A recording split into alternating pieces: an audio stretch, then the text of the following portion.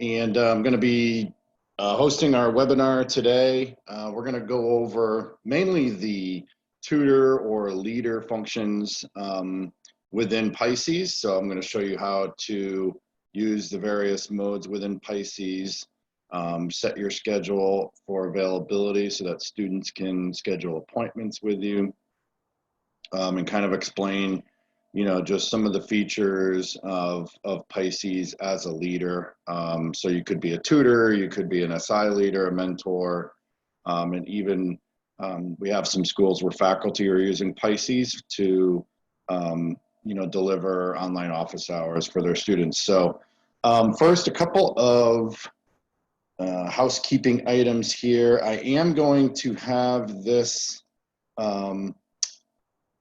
this webinar closed captioned live. So if you guys could just, where there's a Q&A area, if you could just write me a quick note, just letting me know that you can hear me. Just put like a yes in the Q&A if you would, I would appreciate it. And then we can get started. It looks like my audio is working. Okay, great. I see some folks already saying yes. Good morning. Okay, so what I'm going to do is I'm just going to put in 1 second. Yeah, there we go. That'll work. So there is the link for the closed captioning in real time if anyone needs that. Okay. All right, perfect. So I'm going to go over some slides. I'm going to give you a little bit of a background of our company, about Pisces first. I won't take too much time in that because I know you guys want to really get into the system and see some of these leader functionalities. So I'm going to share my screen. Bring up my PowerPoint here.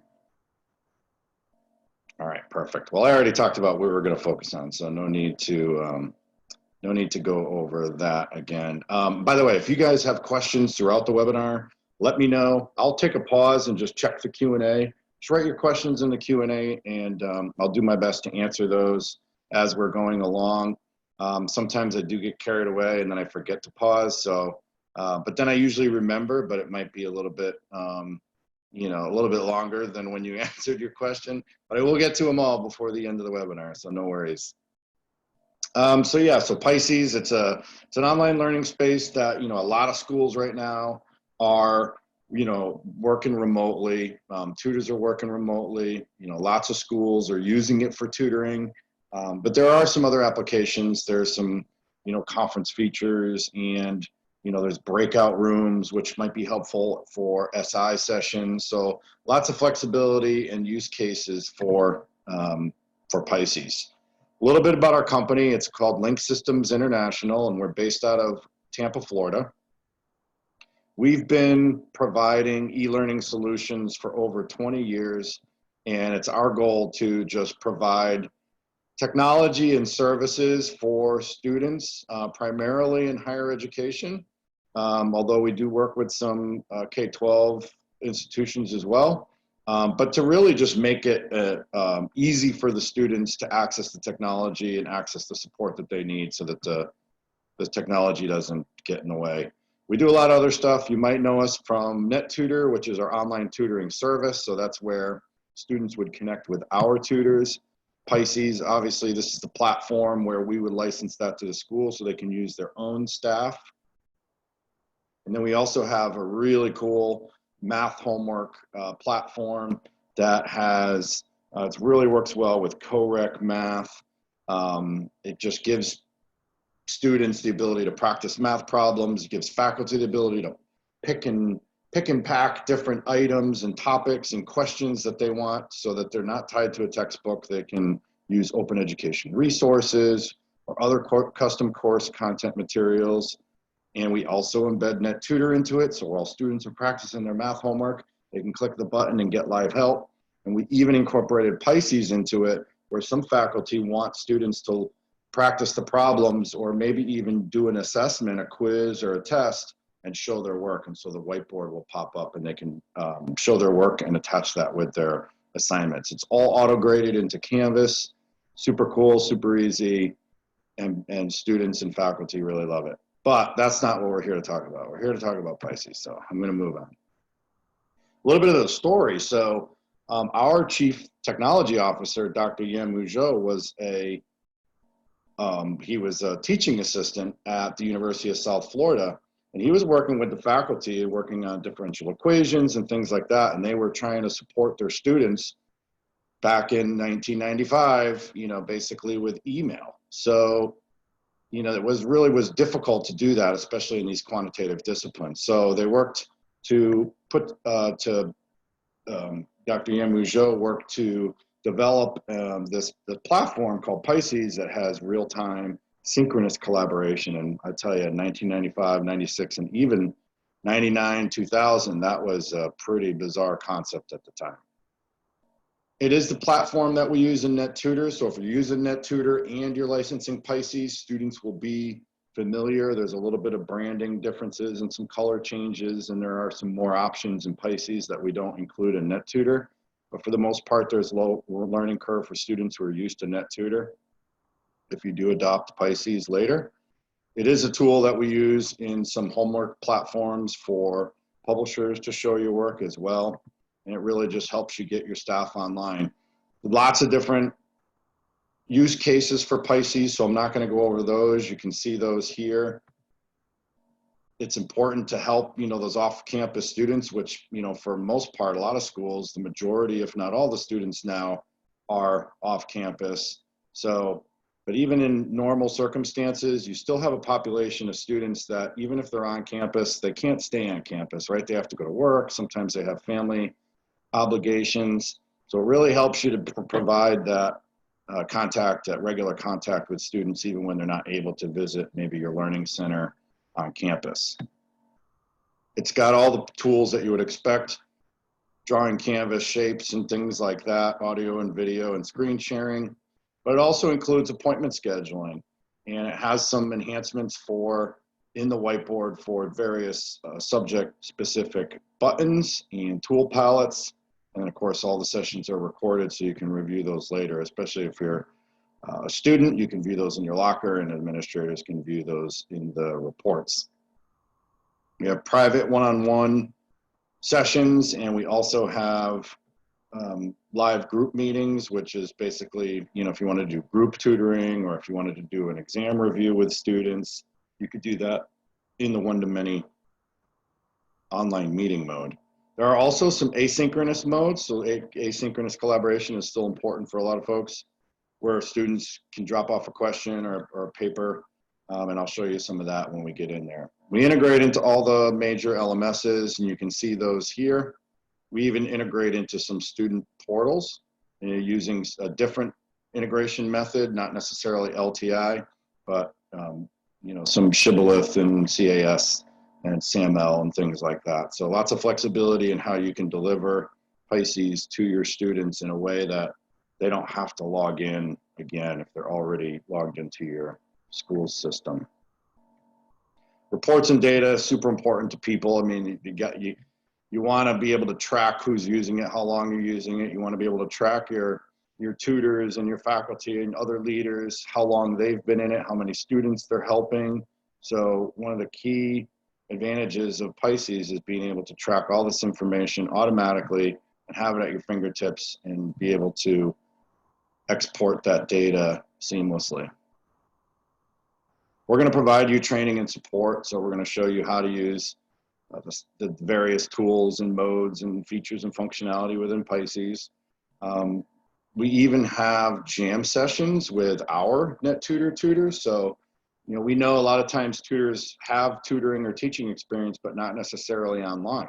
So we can help your tutors kind of understand and translate some of those face-to-face interactions into an online environment and give you some best practices, some tips on how to communicate in an online environment and keep students engaged in the tutoring sessions.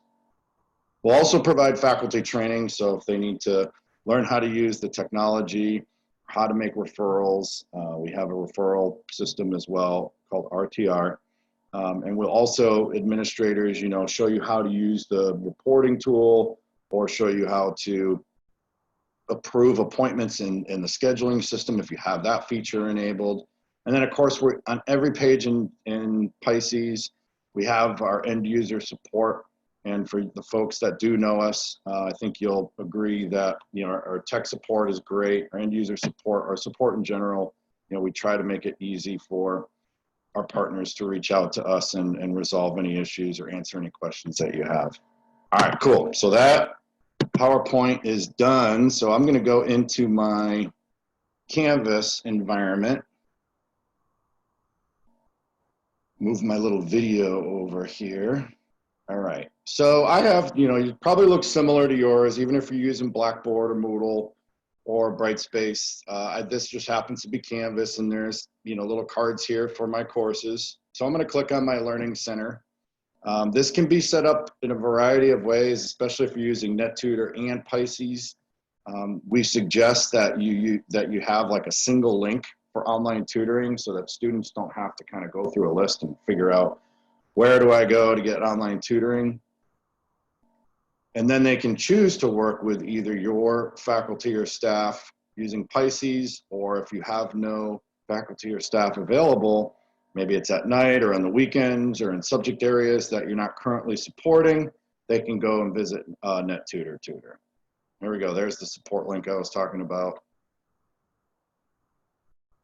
Also important to note that card will update too, right? So when students or when tutors open up rooms, students will be able to see how many groups, and then they'll actually see the list of subjects underneath, and I'll show you that in a minute. So I have a couple of areas here, and you can see there's some icons next to these, and I bet you're wondering what those are. So the globe icon next to accounting and next to biology here means that I'm an administrator in these groups. So I have an administrator role, and I can do certain things in those groups, like change the group settings, and I can manage other users' roles, make other users tutors, or make them supervisors, or even make other users an administrator like myself if I wanted to. That's for a different webinar. We have another webinar that's dedicated specifically to managers and supervisors, and we go through all those features and functionality. But today, I'm going to go over the leader features. And this one has a graduation cap next to chemistry. Business has nothing, right? So if it's nothing, then that essentially means my role in that group is a student. So I can click on business, go in there, and if a tutor has a room open, I could join that tutor and have a tutoring session with them. But I'm a tutor in chemistry, and I'm also a tutor in math, algebra, at least through pre-calc. I don't do the calculus stuff. All right, so I'm going to open up the chemistry group.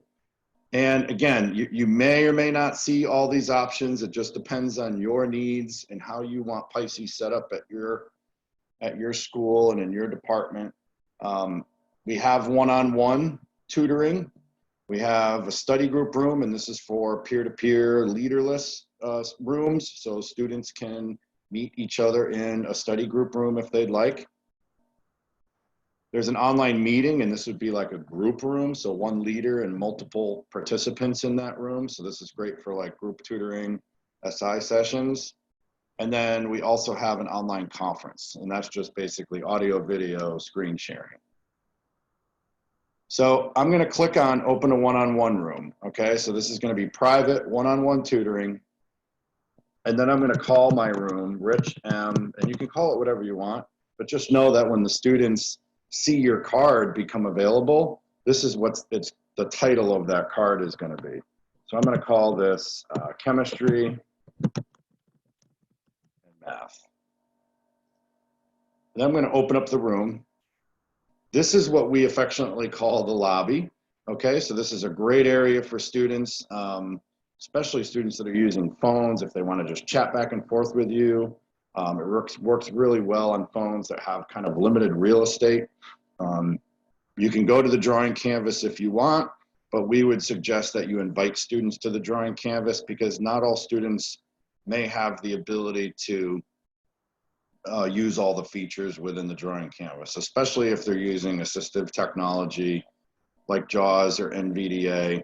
And so you should invite students to the drawing canvas and, you know, just highlight that you're going to move to the graphical canvas area where you can put your problem on the board and we can chat back and forth on the board as well. There's some other options down here in the bottom. You can leave the session kind of temporarily and then come back in. You can close the room. That's kind of when you're done. And then it'll show student information when a student has joined. Okay, so you're waiting here. You're the only participant. So you'll notice there are no students here yet. You'll also notice that there's no launch video chat. And this, I get a lot of questions on this. So like, why don't we have audio and video? Only in the one-on-one room does the system wait for you to have a student, because really right now there's no session happening. I know it's a session duration, but it's really just showing you how long you've had your room open. When a student goes in, and I just kind of did the little switcheroo on you, and they go to the LSI Learning Center, they're going to go onto the online tutoring hub, and they're going to see that there are staff available in these subject areas. And I opened that group in chemistry, right? So, but I'm actually going to go into math, because in the one-on-one room only, if you open up a room, it's going to open up your availability for drop-in tutoring in all of the subjects that you tutor for. So you don't have to, the system doesn't even allow you to open up more than one room, but it does it automatically. So you can, as a student, go into math, and then I can see this card is highlighted that there's one room open, and Rich M is in there for chem and math. You probably heard that cowbell ring. That means that a student has joined me. I'm going to switch back to the tutor mode, and you can see that there's a little bit of information about the student, how long they waited, their name, and which group they came in from. So you actually opened up this room originally in chemistry, but students will be able to join you from math, and you'll know where they came from when you show student information. I'm going to pause because I think I saw there's a couple of questions here. So, okay, quick question. Is there an option to have audio with the drawing board? Yep, there is, and I'm going to describe that to you here shortly. So, hang tight. Give me like 20 seconds. So here are the basic buttons that we saw before, and we now see an additional button, launch video chat, right? Because now it recognized that there's a student in the room. I can click the launch video chat and start chatting with the student, video, audio, screen sharing if I wanted to. Here's a pro tip. If you know you're going to use the drawing canvas, launch the drawing canvas first and then launch the video chat from the drawing canvas. The reason why is because if you have launched the video chat from the lobby area here, and then you want to use the drawing canvas, it's actually going to shut down the audio and video, and you have to relaunch it from the whiteboard. Not a huge deal, but just something for you to be aware of. And it will also, there's a little message that'll pop up that'll say, that the audio and video is going to be shut down and to open it up from the drawing canvas. Then there's also finish session. So when I'm working with a student and we're chatting here,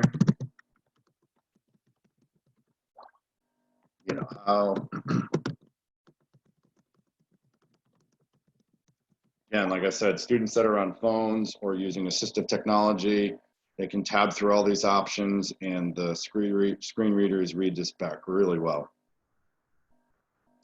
And then when you're done, you click finish session. If you had students waiting, there's other students that clicked on my card, they would join my queue in my waiting room, and then the next student would automatically join me here once I finish up with this student. I can also close my waiting line. So this is important if I know I have 2 or 3 students in my queue and I only have 40 or 45 minutes left. That's probably enough time to get through those students, but no more. I can close the waiting line, and that'll prevent any new students from joining my, my room. It'll actually hide my availability on that card. I'm going to launch the drawing canvas. Get a little bit, the student information pops up again. I can close that. Any text chat that I had from the lobby is carried over into the text chat here. on the right-hand side of the whiteboard area. Under Tools, I can launch the video chat. And when I do that, it's actually going to open up this tab for me to test my microphone and camera. And on the student side, it's also going to open up this tab and ask the student to test their microphone and camera before they join the video chat conference. Pop-up blockers need to be enabled, but if they aren't, the system's going to display a message and it'll give the student a button to launch the test here and launch the audio and video as well. So I'm not going to do it now because it could conflict with the webinar here, and I don't want to do that. But let's say I join the conference. We're talking back and forth just like we are here. We want to use the drawing canvas with the audio. I promised I would get back to your question.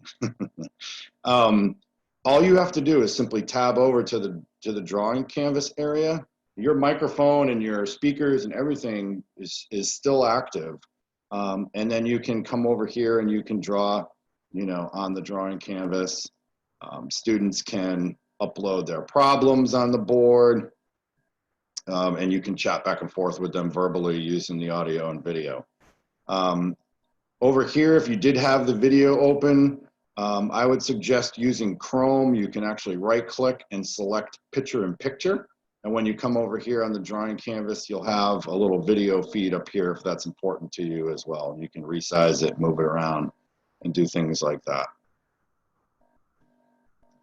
So this is a one-to-one session. There's some options in here, you know, on the left-hand side, lots of tools. This is like a single text line tool.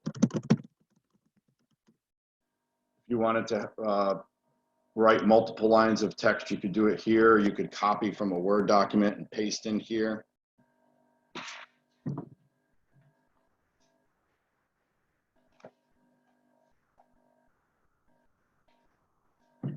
I just saw my screen go a little bit dark, so I'm going to plug in my laptop so I don't lose power.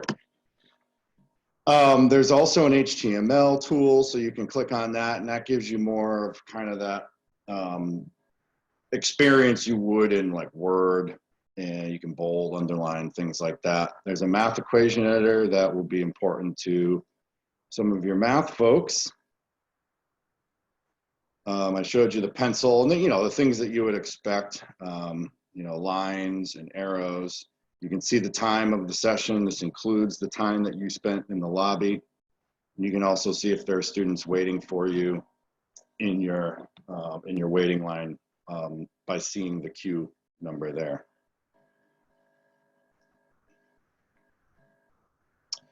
One more question came in. Can tutors and tutees share the work on the drawing whiteboard? Yeah, so this is real. This is actually synchronous. So this is real time. So I'm going to go back to the students view.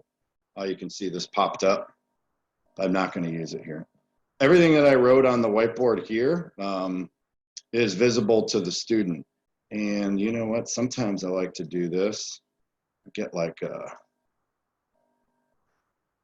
side by side, okay? So this right side is going to be the tutor and the left side is the student. And so if I wanted to write something here, you can see that the student sees that Rich Mead is writing some text on the board.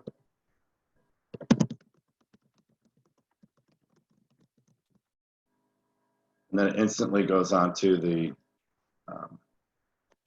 board on the student side. Likewise, if I use the pencil or if I upload an image, you know, the student can see that I'm using the pencil.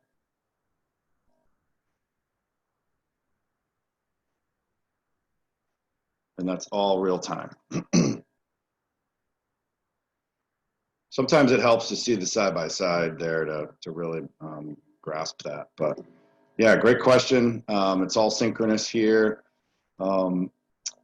We also have, I'm going to go back to the tutors side. I opened up this room in chemistry, so I do have some chemistry tools available to me too, in case a student comes in through chemistry. They'll also have these tools if they come in through chemistry. So you can place these, you know, resize them, place them on the on the drawing canvas. If you want to get a new piece of paper, quote unquote paper, just flip the page using the right arrow, and then of course you can always go back to your page using the drop down or the right arrow or left arrow. So that's pretty easy. Another thing you can do is you can upload, you know, papers or images onto the whiteboard, PDFs, Word documents. You can select it. It's automatically going to paginate the paper onto the whiteboard so that you can go through it, and then you can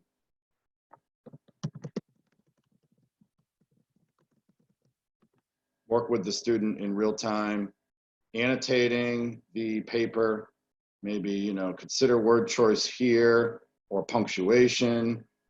You can use the highlighter tool, change the color to yellow, highlight some of the formatting. So lots of different options there. And you can even, like I said, place images on the board. See if I have one on here. Shoulder bone muscle. So, and then if you want to resize things or move them, use the arrow tool here. So I can do that. Grab the bottom of it.